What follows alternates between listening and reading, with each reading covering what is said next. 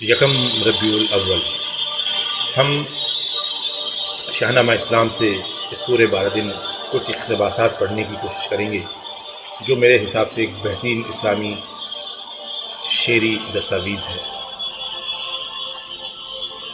جنگ شعر میں پڑھتا ہوں جب جنگ احد کے اندر مسلمانوں کو بہت زیادہ فتح حاصل نہیں ہوئی تو جس انداز میں وہ واپس آئے تو وہ رات کیسی تھی ان پر۔ مدینے کی یہ شب کیا تھی، دو رنگی کا نظارہ تھا، گلی کوچے میں حال دوست دشمن آشکارا تھا۔ احد سے آنے والے سب مجاہد زخم خوردہ تھے، قلوب اہل ایمان اس نظارے سے افسردہ تھے۔ کوئی بھی غازیوں میں آج زخموں سے نہ تھا خالی، مگر ان سب کے چہروں سے تھا اظہار خوش اقبالی۔ جو اہل صدق تھے مہوے علاج درد منداں تھے، مسلمان غم زدہ لیکن منافق شاد و خنداں تھے۔ بظاہر یہ منافق تعزیت کرنے کو آتے تھے، مگر تان و تمسخر سے ہنسی ٹھٹا اڑاتے تھے۔ وہ وقت جنگ یہ بزدل شکار بدحواسی تھے، گھروں کو لوٹ آئے تھے مدینے ہی کے باسی تھے۔ ادھر مجروح تھے مضروب تھے اہل وفا بند سے، ادھر مسرور تھے مغرور تھے یہ پردغا بندے۔ مجاہد گھر سے نکلے تھے اپنی جان پر کھیلیں، زمانے پر جو آفت تھی وہ اپنی ذات پر لے لیں۔ ادھر یہ تھر ڈلے گھر میں ہنسی ان کی اڑاتے تھے، زبانوں سے دلوں کے باغ پر بجلی گراتے تھے۔ وہ دنیا بھر کے امن عام پر قربان ہوتے تھے، یہ کشتے زندگانی میں بدی کے بیج بوتے تھے۔ مسلمان تھے علم بردار آزادی اور راحت کے، منافق تھے شریک کار فتنے اور آفت کے۔ سنا کر من گھڑت خبریں اڑا کر جھوٹ افواہیں، سجاتے پھر رہے تھے یہ فساد و غدر کی راہیں۔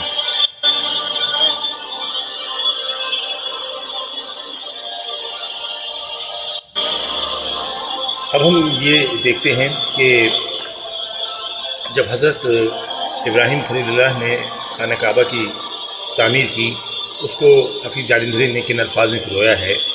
خلیل اللہ اس محبت کی دیواریں اٹھاتے تھے، ذبیح اللہ چونا اور پتھر دیتے جاتے تھے۔ یہ تیار ایک مدت میں کعبہ ان بزرگوں نے، خدا آگاہ و خوش اخلاق و خوش باطن بزرگوں نے۔ وفور شوق میں ایک ایک آگے بڑھتا جاتا تھا، مرادیں مانگتا تھا اور دعائیں پڑھتا جاتا تھا۔ پتہ ان کو دیا جبریل ہی نے سنگ اسود کا، خلیل اللہ نے اس کو مقام رکن پر رکھا۔ مکمل ہو گئی تعمیر بیت اللہ کی ایک دن، بزرگوں کو مقدس کام سے فرصت ملی ایک دن۔ یہاں سے اٹھ کے پیغمبر فراز کوہ پر آیا، زبان وحی نے چاروں طرف اعلان فرمایا کہ اے لوگو یہاں حج و عبادت کے لیے آؤ، خلوص و صدق و نیت نظر دینے کے لیے آؤ۔ یہی مرکز ہے سارے دہر میں ایمان والوں کا، جھکے گا سر یہیں پر آ کے اونچی شان والوں کا۔ یہاں اہل طواف اہل خیام اہل قعود آئیں، یا اہل رکوع آئیں یہاں اہل سجود آئیں۔ کوئی پیدل چلے کوئی سفارے ناخے لاغر کریں، حج و عبادت پاک رکھیں یہ خدا کا گھر۔ یہ گھر اللہ کا ہے اور وہی تم کو بلاتا ہے، ہمارا کام ہے تبلیغ، دیکھیں کون آتا ہے۔ اور پھر حضرت ابراہیم اور حضرت اسماعیل حج ادا کرتے ہیں۔ یہاں پر اولین احرام باندھا باپ بیٹے نے، عبودیت کا عہد نام باندھا باپ بیٹے نے۔ صدا لبیک کی گونجی پہاڑوں پر چٹانوں پر، فرشتوں نے سنے نغمے زمیں کے آسمانوں پر۔ ادا کی رسم قربانی کمال صدق نیت سے، طواف خانہ کعبہ کیا جوش اطاعت سے۔ فرشتوں نے منائی عید آ کر اس بیاباں میں، کہ پہلا حج اکبر تھا یہی تاریخ انسان میں۔ اور اب یہ دیکھتے ہیں حفیظ جالندھری نے کس طرح حضرت ابراہیم جب حضرت حاجرہ کو چھوڑ کے جاتے ہیں صفا اور مروہ کے پاس، جس کی وجہ سے ہم آج تک صحیح کرتے ہیں، اور حضرت اسماعیل کے ساتھ بچے ہوتے ہیں۔ پیغمبر نے دعا کے بعد اس وادی سے رخ موڑا، جناب حاجرہ کو اور بچے کو یہیں چھوڑا۔ جناب حاجرہ بیٹھی تھیں اس وادی وحشت میں، سنبھالے طفل عالی شان کو آغوش الفت میں۔ یہاں صحرا ہی صحرا تھا، چٹانیں ہی چٹانیں تھیں۔ جناب حاجرہ ایک بچہ دو ہی جانیں تھیں، نہ دانا تھا نہ پانی تھا، بھروسہ تھا فقط رب پر۔ پڑی تھی دھوپ کی گرمی تو جاں آنے لگی لب پر، زمیں کا ذرہ ذرہ مہر کی صورت چمکتا تھا۔ بہت بیتاب تھی ماں، گود میں بچہ بلکتا تھا۔ آتش سے ککر وہ بے چینی جو دیکھی اپنی جائے میں، لٹایا خاک پر بچے کو ایک پتھر کے سائے میں۔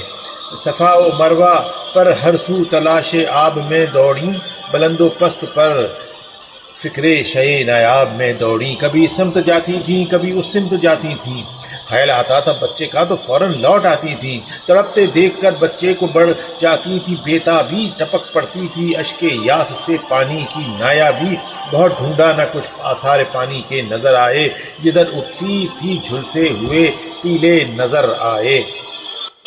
اب حفیظ جالندھری ہمیں یہ بتاتے ہیں کہ حضور اکرم صلی اللہ علیہ وسلم کی ولادت سے تھوڑا سا پہلے کا دور، اس وقت ولادت سے قبل دنیا تھا، وہ دنیا کا زمانہ، اس زمانے میں دنیا کیسے چل رہی تھی۔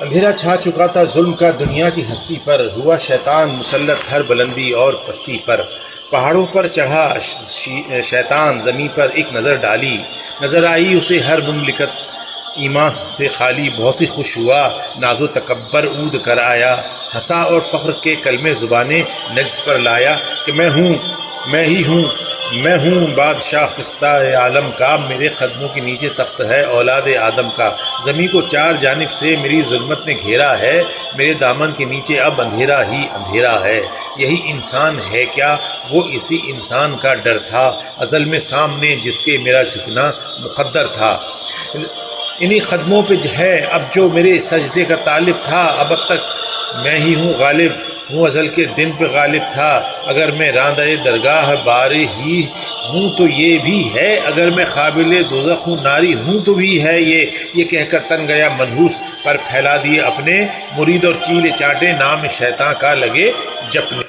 اور اب واقعہ فیل کے بارے میں، جس کے لیے ہم سورت پڑھتے ہیں علم تری کیف فعل ربک باصحاب الفیل، اس کے بارے میں کس طرح انہوں نے لکھا ہے، میں چند ہی شعر پڑھتا ہوں۔